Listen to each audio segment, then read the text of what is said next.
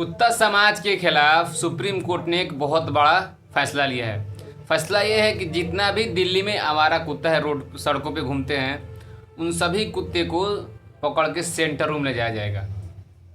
लेकिन दिल्ली के जो आवाम है इसकी प्रोटेस्ट कर रही है और ये कानून नहीं मान रही है। इसलिए नहीं मान रही है क्योंकि ये सही नहीं है। अब कुछ साल पहले इन्होंने यही काम किया था गाय के साथ कि गाय को हम गौशाले में रखेंगे, लेकिन अभी क्या है, जो गाय रखेगा उसको हम गौशाला भी देंगे। ना तो गौशाला है ना तो कोई गाय, उतना रखा है गाय लेकिन उतना लोगों ने नहीं रखा है। और अभी वो सड़कों पे घूम रही है, कहीं प्लास्टिक खा रही है, कहीं दुकानदार उसको लाठी से मार के भगा रहे हैं। अब ये गाय के छोड़ के अब डॉगी को पकड़ेंगे, कुत्ते को पकड़ेंगे।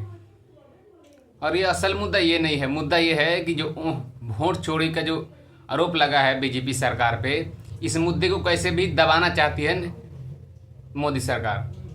पहले फतेहपुर में मस्जिद का और मंदिर का लड़ाई चालू हो गया, उससे दबाने की लोगों ने कोशिश की कि वोट चोरी का मामला उससे भी दब जाएगा। उसके बाद दिल्ली के डॉग पर कानून लागू हुआ कि जितना भी डॉग घूमता है सड़कों पे दिल्ली के, उन सभी को पकड़ के सेंटर रूम ले जाया जाए।